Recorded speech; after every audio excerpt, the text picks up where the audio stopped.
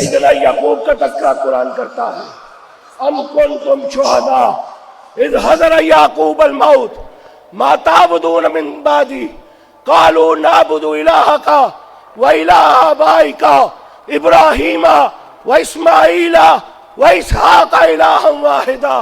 رب کا قرآن نقشہ کھینچ رہا ہے، میرا یعقوب میری طرف واپس لوٹ رہا ہے، موت کا وقت طاری ہے، اپنے بچوں کو اکٹھا کیا، اس میں تیرے لیے بھی اور میرے لیے بھی سبق ہے، نصیحت ہے۔ ہمیں ان کی دنیا کی تو فکر ہے، کیا مجھے اور تجھے یہ فکر ہے کہ ان کا عقیدہ کیا ہے؟ کیا تجھے اور مجھے فکر ہے ان کے پاس مذہب اور مسلک کیا ہے؟ کیا تجھے اور مجھے فکر ہے انہیں رب کی شناخت اور تعارف بھی موجود ہے یا نہیں ہے؟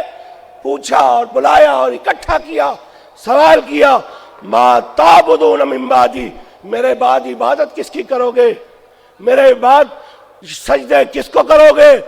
میرے بعد مانگو گے کس سے؟ میرے بعد حاجتیں کس سے پوری کرواؤ گے؟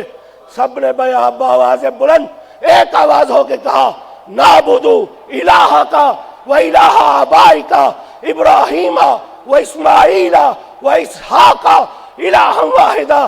ابا جان عبادت کریں گے اسی کی جس کا تعارف آپ نے کروایا، اسی وحدہ لا شریک کی، اسی جل جلالہ کی، اسی علی کل شیء قدیر کی، اسی کی امن یجیب المضطر اذا دعاہ، اور اسی کی جو سنتا ہے جب سب سو جاتے ہیں تب بھی سنتا ہے، جو ہر زبان والے کی بھی سنتا ہے، جو گونگوں کی بھی سنتا ہے، جو مظلوموں کی بھی سنتا ہے۔